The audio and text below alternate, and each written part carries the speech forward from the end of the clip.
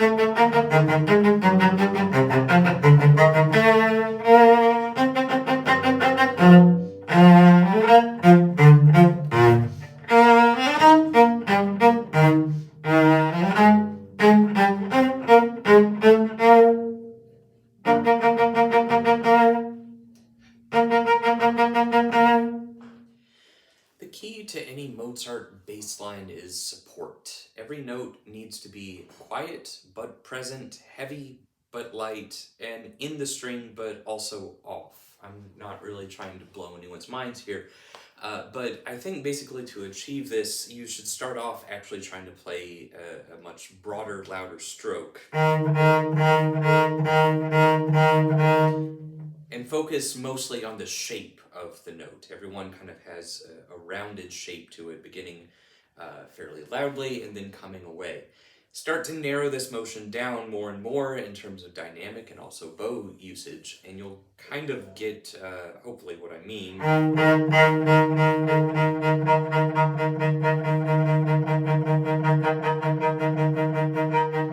So that every single one, it still has that shape to it, it's still very present and in the string, but it also is very light and supportive.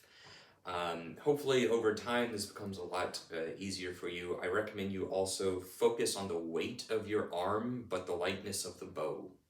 And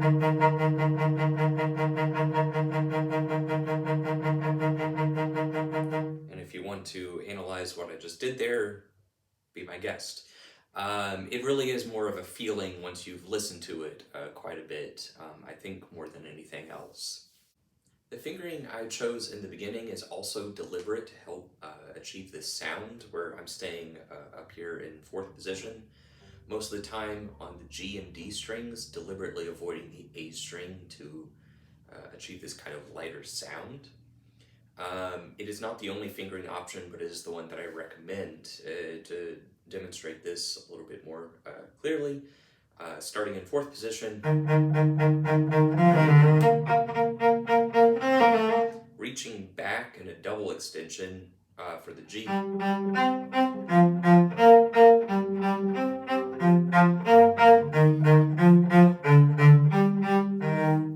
finally, coming back to third finger on the D. After that, I think the fingerings are actually a lot more straightforward, but I will say that if you find this fingering difficult intonation-wise, that's okay. Intonation should be your top priority, and you can do it all more in half position and first position.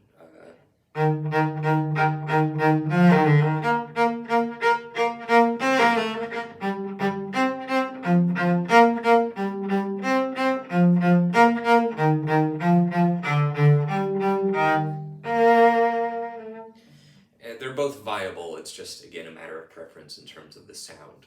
All the other fingerings after that, I think, should be quite a bit more intuitive. At A, I try to make my way back to fourth position here.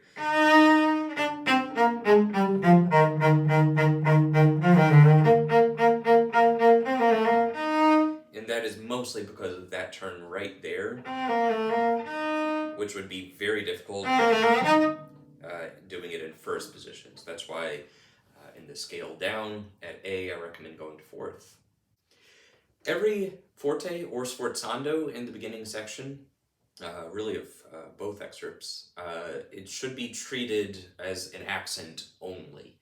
I'm talking, of course, about they all come away almost immediately.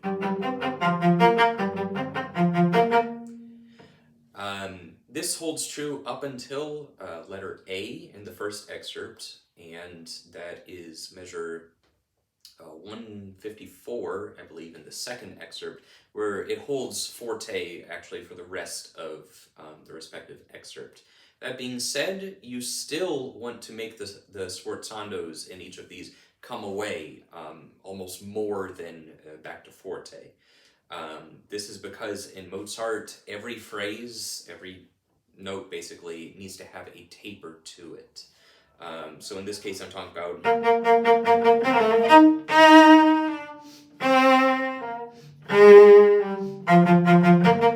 You can hear that sforzando comes away farther away from forte, basically. The double up bow throughout this excerpt that happens after all of these fortes, that's fairly standard, at least in the cello world. And it's so that all of the fortes can happen on a down bow, of course. This can be achieved also by a little bit of space in between, almost like you're lifting the bow up. It should feel very similar, actually, to the down up bow stroke. Similar thing at letter A, or the measure after A in the first excerpts. I actually lift my bow on beat 1 and almost do a sort of ricochet on the next two notes. And with enough practice, that can actually become hopefully very, very intuitive for you as well. The second excerpt, at least for me, begins at measure 146. I'm not sure why. They have roughly 3 bars of rest at the beginning of this excerpt, but just be aware that, well, if they ask you for that, you'll have to count some rests. Once you do finally come in a few bars later, be aware that there's no crescendo printed, and it should stay at piano the whole time. If you do a crescendo or decrescendo in Mozart when there isn't one, you get fired.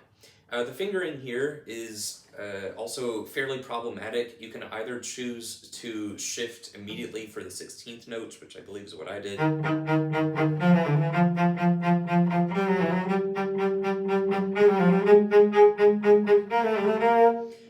Or you can try and swap a finger in the middle of the 8th notes. But at tempo, that can actually sometimes cause more problems than it's worth. The last note in, again, the second excerpt, beginning in bar 167, are all of these quick figures up. The fingering that I chose is to stay in one position for the dotted quarter, 16ths, then shift immediately to second finger, almost every time, I believe. That is really a matter of preference. I feel like I can get to my second finger very quickly, but if you feel like your shifts are slow, you might want to consider doing something more like that, which connects the dotted quarters to 16th. As long as there's no slide in there, because you, again, if you do slides in Mozart, you get fired. It should be okay. Just do a fingering that works for you. All right, so this is all of the all region excerpts, and I hope to see you in the all state excerpts.